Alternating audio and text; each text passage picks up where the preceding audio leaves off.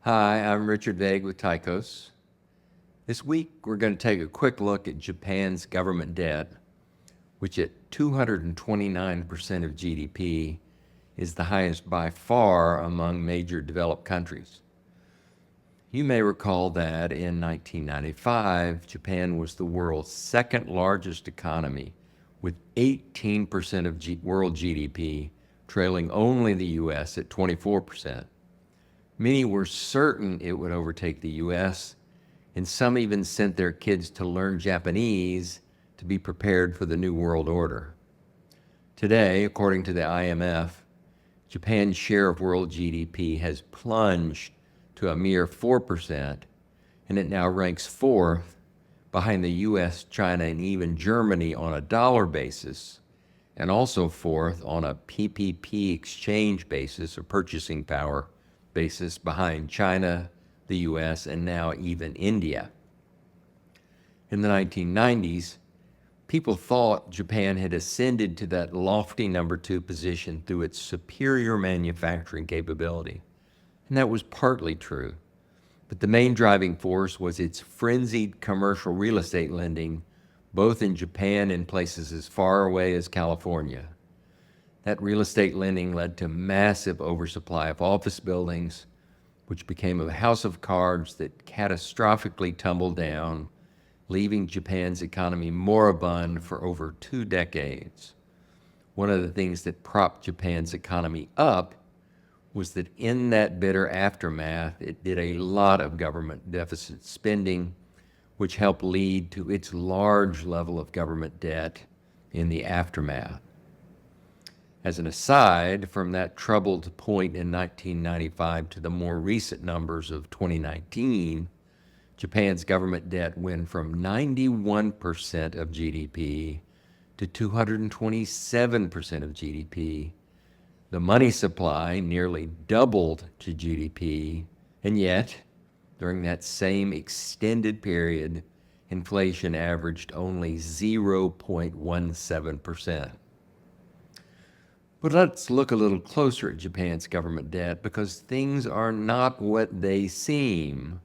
The best way to do that is to compare it side by side with the government debt of the US. Japan's total general government debt to GDP is 229%, and for the US it is 136%.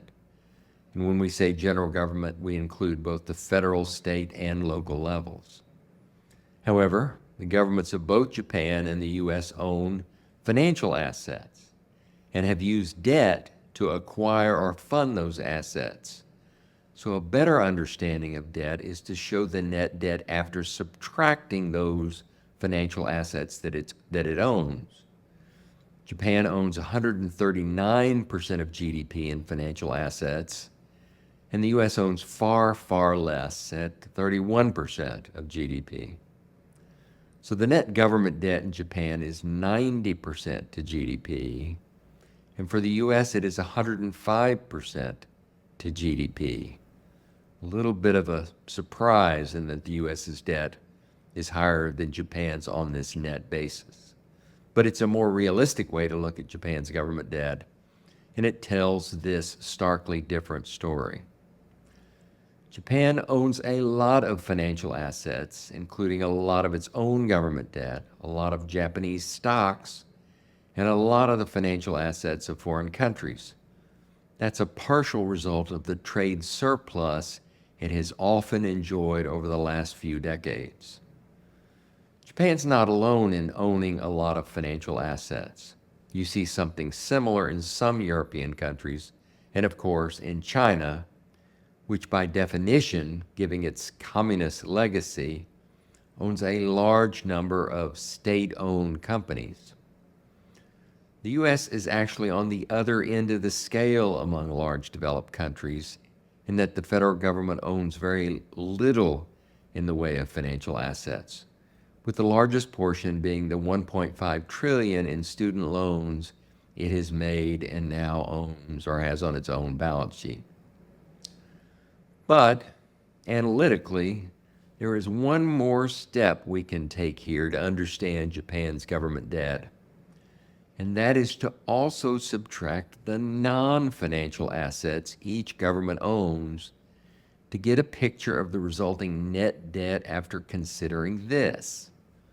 It's the conceptual equivalent of evaluating the mortgage debt owed by an individual by subtracting the value of the home that person owns, which is a non-financial asset, real estate. For example, if they had a $400,000 mortgage on a home and that home is valued at $500,000, their net debt after subtracting that non-financial asset would actually be a surplus of $100,000. Here again, there's a vast reported difference between Japan and the U.S. Japan reports non-financial assets of 151% of GDP. This is raw land, structures, roads, and more. This is an astonishing large number, which we assume needs to be taken with a grain of salt, though it is in fact the reported number. The U.S., in contrast, reports very little here, and while it reports a number for the structures, roads, and other hard assets it owns, it reports essentially no value for the 620 million acres it owns. Now, valuations of all these non-financial assets is very tricky. It is probably error-ridden, and further, probably represents values that are unrealizable. So assigning a value here might be considered absurd. It's far too much to sell at any given point in time, and a buyer might not even exist for many of these assets. But it's an interesting analytical exercise nonetheless. So let's give Japan credit for its reported non-financial assets, and let's take the U.S.'s reported non-financial assets and add a value for land.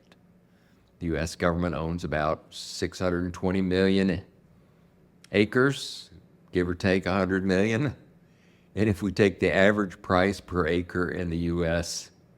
as being, let's say, $12,000, which is generally what it is, that would imply a total value of 7.4 trillion, which is 27% of GDP.